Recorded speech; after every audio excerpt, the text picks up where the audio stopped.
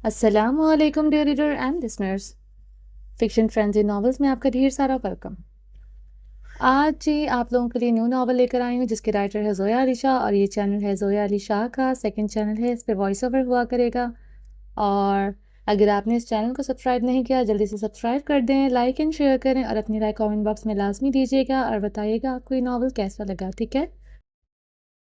میرا نام ہدا ماجد ہے اور چلتے ہیں ناول کی طرف، چلیں سٹارٹ کرتے ہیں۔ اسے نرمی سے خود سے الگ کرتے ہوئے دروازے کا لاک کھول دیا تھا۔ وہ جانے لگی تھی مگر پلٹ کر پھر رک گئی۔ براق نے حیران نظروں سے اسے دیکھا تھا، دونوں ہاتھ اس کے کندھے پر رکھتے ہوئے، ایڑیاں اوپر اٹھا کر اس کے لبوں پر پنکھڑیاں رکھتے ہوئے پیارا سا لمس چھوڑا تھا۔ براق کی خوشی کی انتہا نہیں تھی، اس کی یہ چھوٹی سی کوشش بہت جان لیوا تھی۔ وہ آنکھیں بند کیے اس کے لمس کو ہونٹوں پر محسوس کرتا ہوا آنکھیں نہیں کھول رہا تھا، جبکہ وہ شرما چکی تھی۔ اے عشق تو کتنا رسوا کروا دیتا ہے، محبوب کی محبت میں زبانہ بھلا دیتا ہے۔ وہ ٹھنڈی آہ بھرتے ہوئے دیوار سے ٹیک لگائے آنکھیں بند کیے کھڑا تھا۔ اس کے لبوں پر اس کی پنکھڑیوں کا جو ذائقہ تھا وہ اسے آنکھیں کھولنے نہیں دے رہا تھا۔ وہ اس لمحے کو کچھ اور دیر جینا چاہتا تھا۔ خوشیاں جیسے ورک خاندان سے روٹ گئی تھی۔ بڑی مشکل سے خوشیوں نے حویلی کا رخ کیا تھا، مگر وہ کچھ ٹائم کی تھی۔ پلک چپکتے ہی ٹائم ختم ہو گیا اور غموں نے واپس سے اپنی جگہ بنا لی تھی۔ 3 دن خوشی سے گزرے تھے۔ سب لوگ اپنا غم بھول کر ان ننے مہمانوں کے آگے پیچھے گھوم رہے تھے۔ کچھ لوگ ہاسپٹل آ رہے تھے تو کچھ گھر جا رہے تھے۔ یہ 3 دن اسی گہما گہمی میں گزرے، مگر پھر سے خوشیوں کا آگ لگ گئی۔ سب برباد ہو گیا تھا۔ کسی کی کالی منحوس نظر اس گھر کو برباد کرنے پر تلی تھی۔ کسی نے گندا منصوبہ پوری طرح سے تیار کر لیا تھا۔ فجر اور منت ہاسپٹل سے گھر کے لیے نکل گئی تھی۔ اذلان نے خود ان دونوں کو ڈرائیور کے ساتھ گھر بھیجا تھا تاکہ وہ دونوں فریش ہو کر زمل کے لیے ہیلدی گھر کا بنا ہوا کھانا لے کر شام کو واپس آ جائیں۔ دونوں رات کو زمل کے ساتھ رکی تھی تو ان کی نیند بھی نہیں پوری ہوئی تھی۔ گھر میں 2-4 گھنٹے ریسٹ کر لیں گی، اس لیے اذلان نے خود ان کو بھیجا تھا۔ سریا حور کو اپنے ساتھ زبردستی گھر لے گئی تھی۔ اسے فجر اور منت کے ساتھ حوریا کا رکنا پسند نہیں تھا۔ ویسے بھی اگر فجر اور منت کے ساتھ حوریا رکتی تو اس کا پلان فلاپ ہو سکتا تھا۔ منت تو گھر جانا بھی نہیں چاہتی تھی۔ وہ بچوں کے ساتھ رہ کر اچھا فیل کر رہی تھی۔ وہ بچوں کے ساتھ ہی رکنا چاہتی تھی، مگر اذلان کے بہت کہنے پر وہ فجر کے ساتھ کچھ دیر کے لیے گھر کے لیے نکل گئی تھی۔ کون جانتا تھا یہ فیصلہ بہت غلط ہے؟ کون جانتا تھا کہ ان کا یہاں سے نکلا ہوا قدم ان کو دلدل کی جانب لے جائے گا؟ کوئی نہیں جانتا تھا کہ کوئی گھات لگائے ہوئے ان کے باہر آنے کا انتظار کر رہا ہے۔ قیامت تو اس وقت ٹوٹی جب یہ خبر پہنچی کہ ڈرائیور پر کسی نے فائرنگ کر کے مار دیا اور فجر اور منت کڈنیپ ہو گئی ہیں۔ یہ خبر نہیں تھی، یہ ایسا طوفان تھا جس نے 3 دن کی خوشیوں کو مٹی میں ملا دیا۔ چاروں طرف تلاش جاری تھی۔ پولیس کو انفارم کر دیا تھا، مگر منت اور فجر کو زمین کھا گئی، آسمان نگل گیا، کوئی نہیں جانتا تھا۔ عافیہ کی حالت اس قدر خراب ہو چکی تھی کہ اسے ہاسپٹل میں ایڈمٹ کرنا پڑا۔ عافیہ زندگی اور موت کے بیچ جھول رہی تھی۔ اس کی دونوں بیٹیاں کڈنیپ ہو چکی تھی، یہ کوئی چھوٹی سی بات نہیں تھی۔ سب کا شک براق پر تھا، مگر دوسری جانب سب یہ سوچنے پر مجبور تھے کہ براق منت کو کیوں کڈنیپ کرے گا۔ کسی کو کوئی سراغ نہیں مل رہا تھا، مگر آصف ورک کا شک براق پر ہی تھا۔ وہ براق کے گھر پہنچا تو اسے براق نہیں ملا۔ اس کے نوکروں نے بتایا کہ سر جلدی میں بتائے بغیر گھر سے نکل گئے ہیں۔ اس بات نے منت کے بابا کا شک یقین میں بدل دیا تھا۔ اس سب کے بیچ براق کا ہاتھ ہے۔ براق کے خلاف پولیس میں رپورٹ درج کروا دی گئی تھی، مگر کہیں سے کوئی سراغ نہیں ملا۔ عافیہ کی حالت بھی بہت نازک تھی۔ ڈاکٹر کسی بھی طرح کی کوئی اچھی امید نہیں دکھا رہے تھے۔ عافیہ پہلے ہی ڈپریشن کی مریضہ تھی، اوپر سے دونوں بیٹیوں کا غم اسے موت کے قریب لے گیا تھا۔ کوئی ایک قیامت نہیں ٹوٹی تھی ورک خاندان پر، ایک ساتھ دکھوں کے پہاڑ ٹوٹ پڑے تھے۔ ایک طرف عافیہ تھی جس کی زندگی کی کوئی امید نظر نہیں آ رہی تھی۔ 3 دن سے عافیہ کو ہوش نہیں آیا تھا۔ دوسری طرف چودھری صلاح الدین کو اپنی دونوں پوتیوں کے اغوا ہونے کی خبر ملتے ہی ہارٹ اٹیک ہوا اور وہ اس بار سنبھل نہیں سکے تھے۔ چٹان جیسا مضبوط سخت جان چودھری صلاح الدین ورک، جس کی بہادری اور مضبوط دل کے چرچے ہوا کرتے تھے، اسے وجدان کی موت نے توڑ دیا تھا۔ جب سے وجدان کی موت ہوئی تھی، صلاح الدین کمرے کی حد تک محدود ہو گیا تھا۔ وجدان اپنے داجی کا شیر تھا اور اپنے شیر کو کھو دینے کے بعد داجی دنیا سے روٹ گئے تھے، اس لیے جینے کی کوئی وجہ باقی نہیں رہی تھی۔ وجدان کی موت سے پہلے ہی چودھری صلاح الدین کو اندر تک توڑ دیا تھا۔ اس بار موت صلاح الدین کو اپنی آغوش میں لے گئی۔ حویلی کے مکینوں پر قیامت ٹوٹ پڑی تھی، مگر اس سب میں کوئی تھا جسے کچھ فرق نہیں پڑ رہا تھا۔ وہ تھی سریا بیگم، صفاک گھٹیا ذہنیت کی عورت جس نے اپنی جلن کی آگ میں گھر کو برباد کر دیا تھا۔ ہنستے بھستے گھر کو قبرستان میں بدلنے والی سریا بیگم اب بھی بظاہر بہت اچھی اور گھریلو خاتون بنی ہوئی تھی۔ جو اس دکھ کی گھڑی میں سب سے آگے پیش تھیں۔ کوئی نہیں جانتا تھا کہ اس بربادی کے پیچھے اس عورت کا ہاتھ ہے۔ 4 ہفتے گزر گئے تھے، زمین آسمان ایک کر دیا گیا تھا، مگر فجر اور منت کا کوئی اتا پتہ نہیں تھا۔ ہر کسی نے اپنی پوری طاقت لگا کر دیکھ لی تھی، مگر کوئی فائدہ نہیں ہوا تھا۔ پتہ نہیں اس گھر کے مکینوں کو کتنے دکھ دیکھنے باقی رہ گئے تھے۔ ہر کوئی زندگی سے بیزار نظر آتا تھا۔ منت اور فجر کو بڑی ہوشیاری کے ساتھ کڈنیپ کیا گیا تھا۔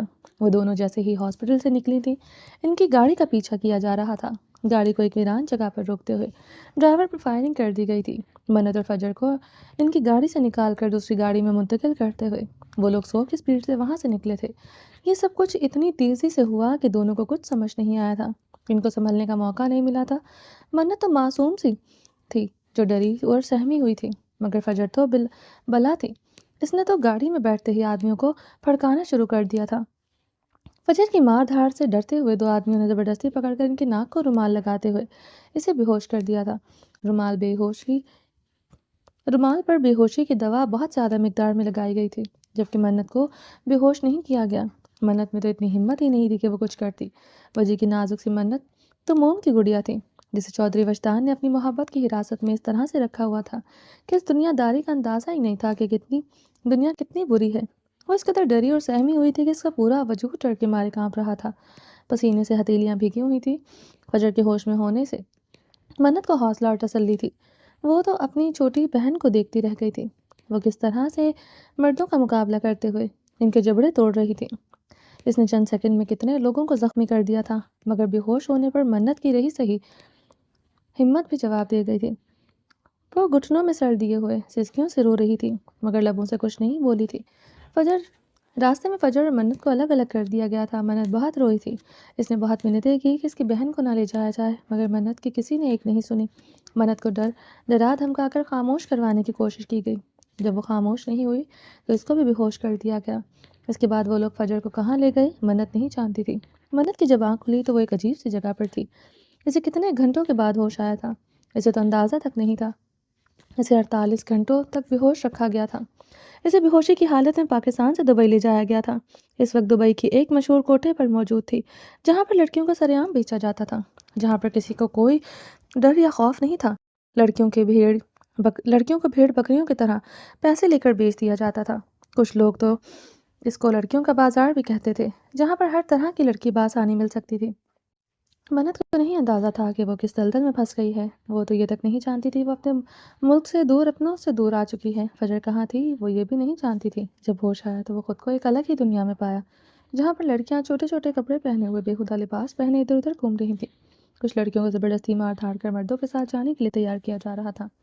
وجدان کی معصوم منت اس کی ماں کی مہربانی سے کہاں پہنچ گئی تھی؟ اگر وجدان جانتا تو جیتے جی ہی مر جاتا۔ منت سب کچھ دیکھ کر رو رہی تھی۔ اسے کافی دنوں تک ایک کمرے میں بند رکھا گیا تھا۔ وہ کمرے کی کھڑکی سے لڑکیوں کو روز دھندا کرتے ہوئے دیکھتی تھی۔